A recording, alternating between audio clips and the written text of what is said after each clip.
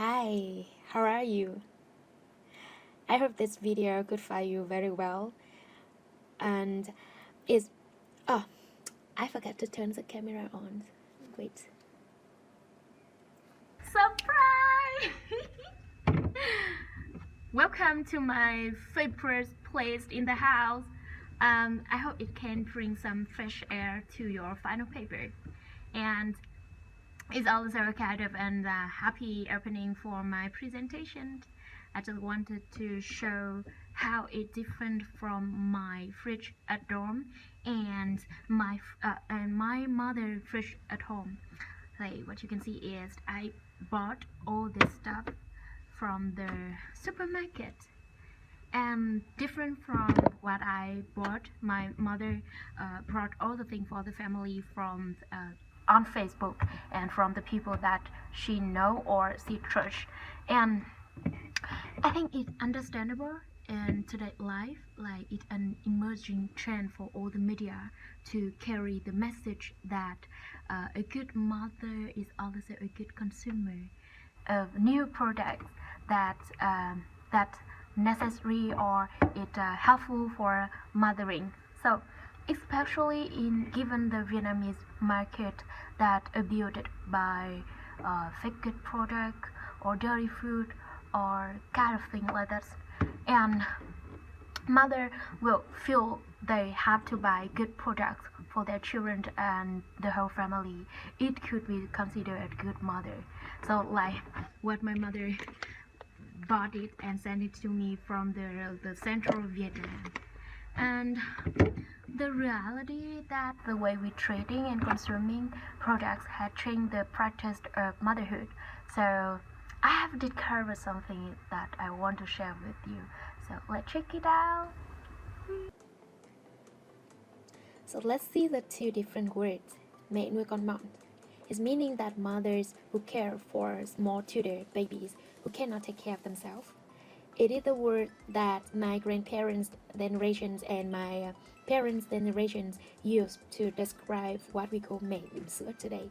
So they mean exactly the same things. But mẹ bỉm sữa is a contemporary term that repositioned the role of mothers, not only a caregiver, but somehow to be a consumer and at the same time a caregiver. Social media has become an essential space where our moms share their stories and experience in mothering. And yes, mothers are becoming a gatekeeper in a way that they have to seek for the good food or the good product for the family.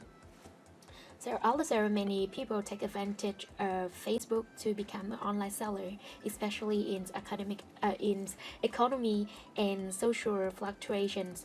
For example, the maternity leave or the COVID-19 epidemic. So I agree that the influence of consumerism on motherhood is interesting, but I don't want to mainly focus on this. What I concerned more when I started this study is a community of mothers who are also online traders.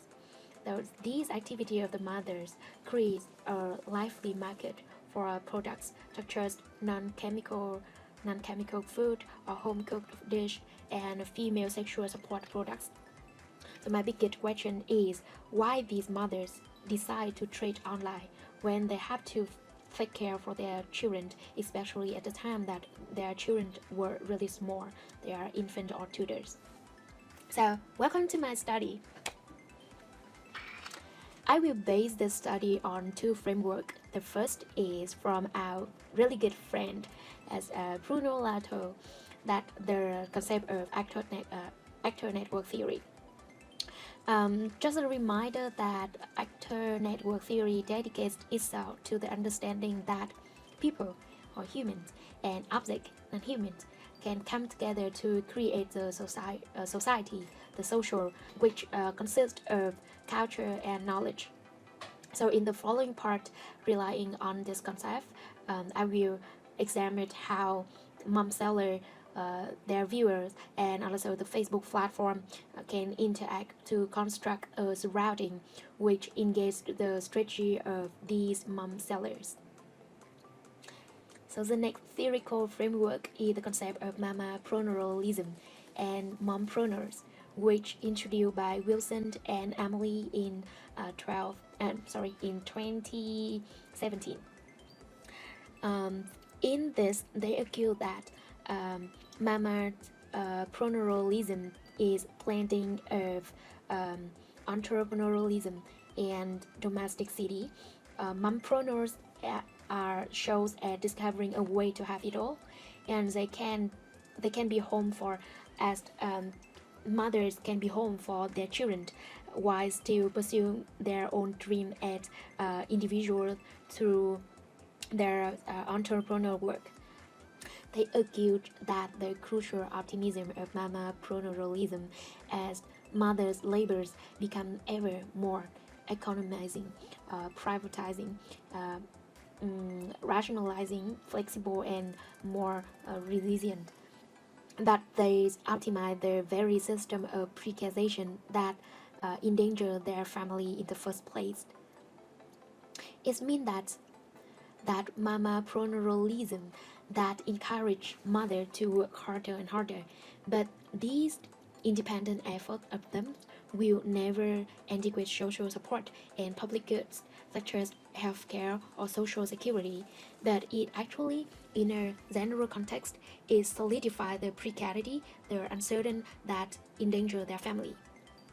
So, with this theoretical framework, a large part of my presentation will build upon the finger of mompreneur to explore the mama-pronatalism as a primary sensibility of mothers under uncertainty. So and in terms of collecting the data and analyzing, is based on two main analyses. The first is a broad exploration of some Facebook groups of mother traders and Facebook profiles of 3 specific mother traders that I found online. So yeah, welcome to my study, literally. Unlike the traditional offline sales form or the traditional market, online shopping customer can only grab information about product through the introduction given by the seller and the supplementary illustration. The reason why the seller are encouraged to employ different strategy to attract and persuade their viewers. So I've discovered something. Mothers are usually responsible for the health of the family. Under the risk of dirty food, fake product, they have to seek for good food with transparent origins.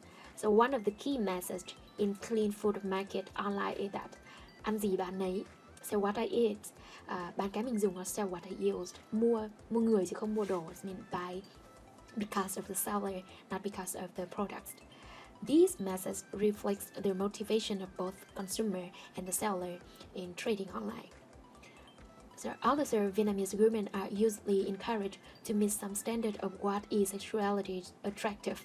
For example, bright skin, huge breast, gentle, caring, obedience. But when women transition into the mother role, at the very least, their body change, their behavior change because of their hormone change, and their life priority change. That is how they encounter the new restrictions on their sexuality. So the growing market of sexual aid products for women proves that many women understand that they must be sexually attractive in order to attract their husband, and it's the responsibility of themselves, and they didn't require the responsibility of a husband or anybody. It's a self-help. So it also a proof that these women, especially mothers, are governed by their own fear and anxiety that when they are not participating in the standard of sexual attractiveness, they will face negative consequences in terms of being a good wife and at the same time being good mothers. So in the two contexts, mompreneurs with their products of clean food and sexual aid products, they are the solution for the challenge that most of mothers facing in their contemporary society. The clean food and the sexual aid products are growing to satisfy the mother anxiety and of any risks that endanger their family.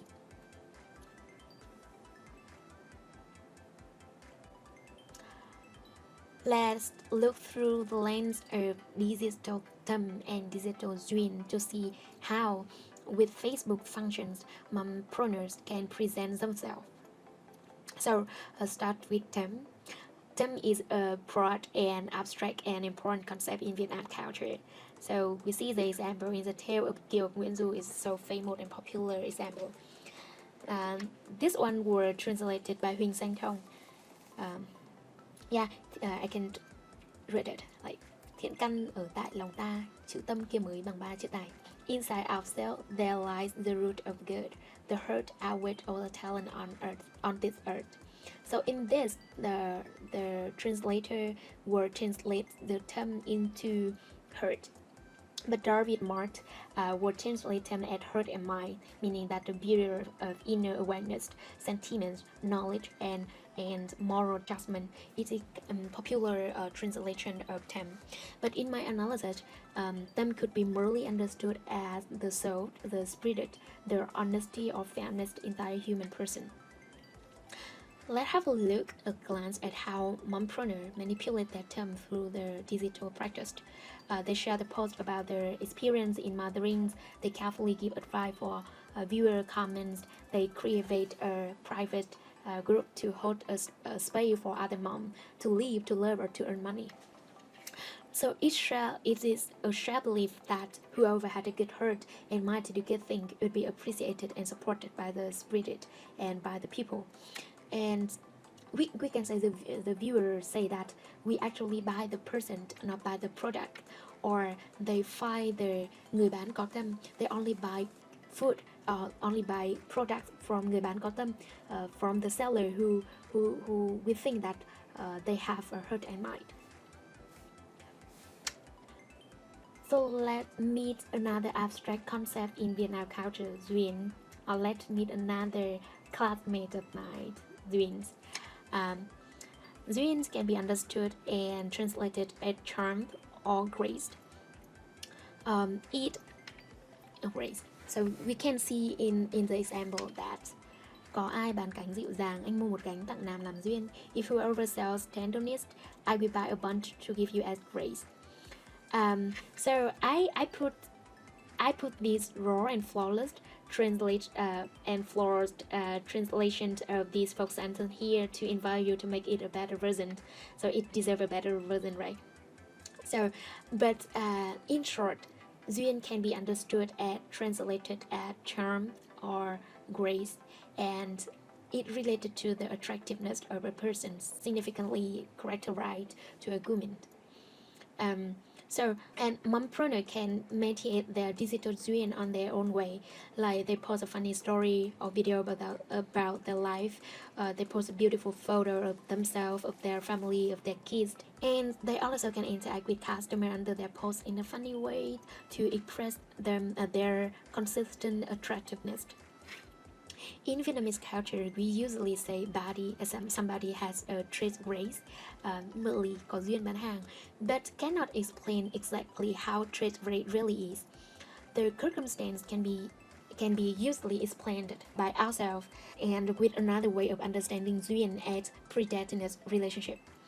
When we are incapable of explaining the attractiveness of anybody to ourselves, so we tend to think that because of our predestined relationship. But in this digital life, however, there might be the possibility that the trait rate of somebody in your life actually can be manipulated by all the contents they plan to make, and you got it because you gradually consume it. The previous part show how technology with some certain Facebook functions play a crucial role as mothers and mompreneurs can use the virtual space that they are participating for interaction, for sharing information, for seeking and selling good products. Mompreneurs seek not only academic freedom, but Also, personal fulfillment through paid work. In today's society, the pressure surrounding children bearing are growing in pace with other demands placed on an individual in family. So there are a few families are able to survive with one wage earner, and usually mothers are disproportionately vulnerable given the nature of their work.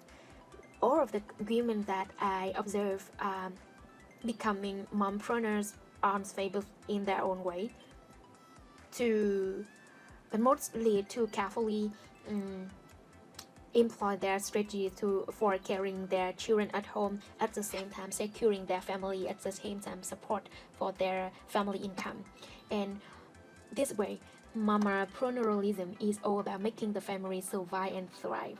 And as we know that mamapreneurism blends entrepreneurialism with domesticity, so mompreneurs are sure at discovering a way to have it all. They can be home for their children while still pursue their own dreams as individuals through their entrepreneurial work. In Vietnamese society, which historically praised for collectivism, for dedicated for their independence agreement upon their husband. So the discard of flexibility, their independence or have it all solutions as mamapreneurism can offer is very promising and attractive to these mothers. And in this process, as technology and social media, Facebook, those things multiply the opportunity for family appreciation. Mother become exceedingly flexible and resilient for their family. They work all the time. They work 24/7 to improve their family situation. And mamapreneurism that encourage mother to work harder and harder that way. But these independent effort of them take the responsibility all on themselves to insecure their family. So it makes a life with anxiety and uncertainty livable for mothers, with the risk of lost job and poor health care.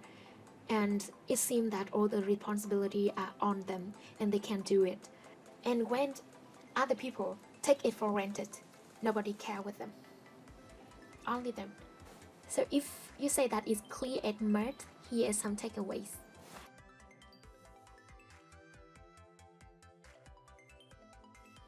Hi.